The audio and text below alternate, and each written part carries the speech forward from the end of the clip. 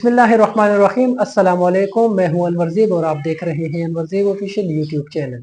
नाजरीन, अगर आपने हमारे इस चैनल को सब्सक्राइब नहीं किया तो इसको सब्सक्राइब करें, बेल आइकन को प्रेस करें ताकि हमारे हर नई आने वाली वीडियो का नोटिफिकेशन आपको बर वक्त मिलता रहे। आज हम बात करेंगे पाकिस्तान तहरीक इंसाफ की जो अपोजिशन जमातों को जमा करके एक ग्रैंड डेमोक्रेटिक अलायंस बनाने का जो अमल है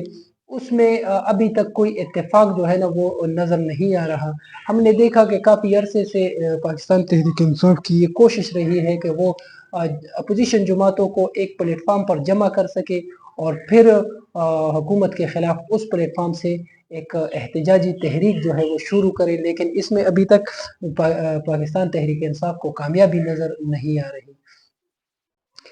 उसकी एक ख़ास वजह यह है कि चूँकि जो अपोजिशन में अब दो जो बड़ी जमातें हैं, एक पीटीआई है और दूसरी जेयूआई है। इन दोनों के दरमियान कुछ इख्तलाफात जो है वो मौजूद हैं। सबसे पहले इख्तलाफ तो इनके दरमियान नज़रियाती तौर पर है कि जिसकी वजह से जेयूआई के सरबराह मौलाना फजल रहमान साहब पीटीआई के साथ किसी भी ऐसे एहतजाज में हिस्सा लेने से कतराते हैं कि जो हुकूमत के ख़िलाफ़ हो, क्योंकि पाकिस्तान तहरीक इंसाफ और जेयूआई के जो एहतजाजी मुजाहरे हैं उसमें बहुत फ़र्क है और इस वजह से भी जेयूआई जो है वो कतरा रही है कि कहीं ऐसा ना हो कि जो रवैया इस्टेब्लिशमेंट का या रियासत का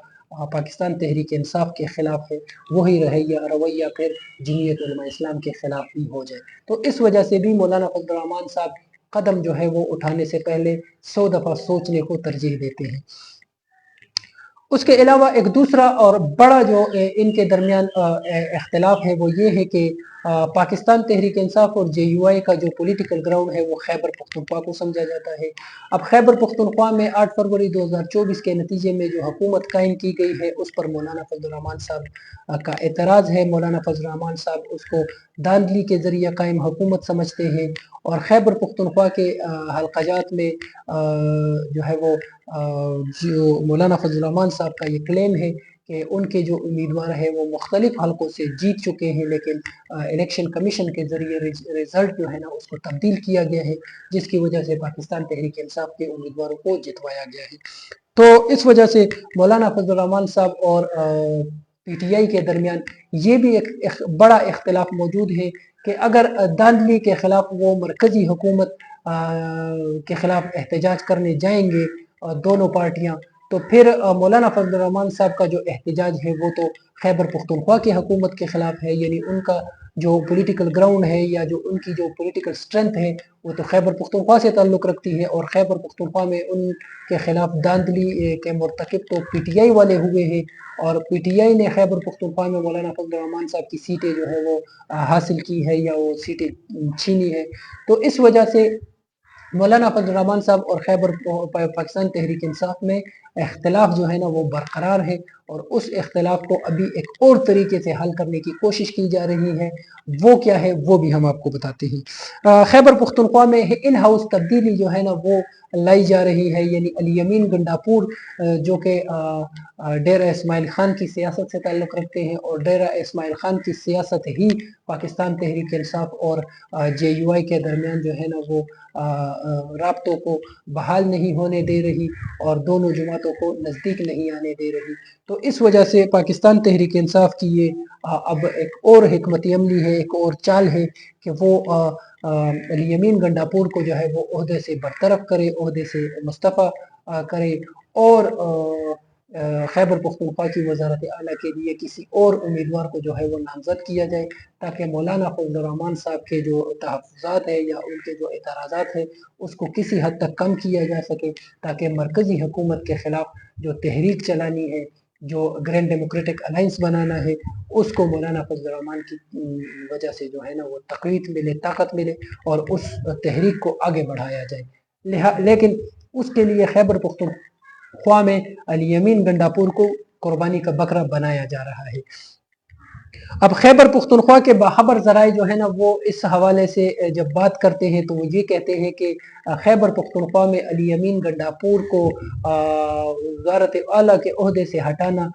पाकिस्तान तहरीक इंसाफ के बस में अभी नहीं रहा। यानी अली अमीन गंडापुर सूबा खैबर पुख्तनख्वा में इतने मजबूत हो चुके हैं कि उनको पाकिस्तान तहरीक इंसाफ जो है वो इस ओहदे से अभी नहीं हटा सकी। उसकी दो वजूहात जो है वो बयान कर रहे हैं खबर ज़राए। एक वजह तो वो ये बयान कर रहे हैं कि अली अमीन गंडापुर खैबर पुख्तनख्वा में जो वज़ीर आला के ओहदे पर बराजमान है, तो ये पाकिस्तान की जो इस्टेब्लिशमेंट है उसकी ख्वाहिश है कि अली अमीन गंडापुर खैबर पुख्तनख्वा में वज़ीर आला बने और वज़ीर आला रहे। तो वो खैबर पुख्तनख्वा में अली अमीन गंडापुर को इस्टेब्लिशमेंट की पुष्ट पनाही भी हासिल है, जो कि बहुत बड़ी बात है। और दूसरी बात ये बताई जा रही है कि खैबर पुख्तनख्वा में अली अमीन गंडापुर ने पाकिस्तान तहरीक इंसाफ के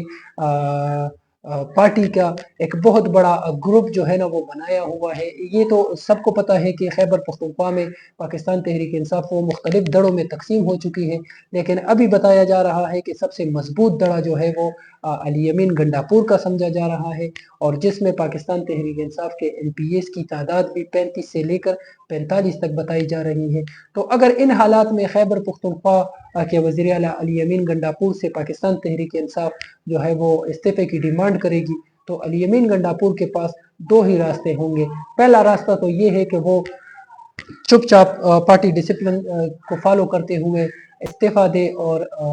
अलग हो जाए हुकूमत से। लेकिन दूसरा जो राय है वो मजबूत राय समझा जाता है कि अली अमीन गंडापुर जो है वो इस्तीफा देने से इनकार करेगा और बाकायदा तौर पर अपना जो फॉरवर्ड ब्लॉक है वो सामने लेके आएगा, और पाकिस्तान तहरीक इंसाफ में वाज़ेह तौर पर जो है वो नजर आएगा कि एक दरार पड़ गई है और अली अमीन गंडापुर बाकायदा तौर पर एक ग्रुप को लीड करते हुए वज़ीर आला के ओहदे पर उसी तरह बराजमान रहेंगे। मजीद अपडेट इंशाल्लाह आपको इस प्लेटफॉर्म से देते रहेंगे। अगर आपको ये वीडियो अच्छी लगे तो इसको लाइक करें, दोस्तों के साथ शेयर करें और कमेंट सेक्शन में हमें अपनी राय से ज़रूर आगाह करें। अल्लाह हाफिज़।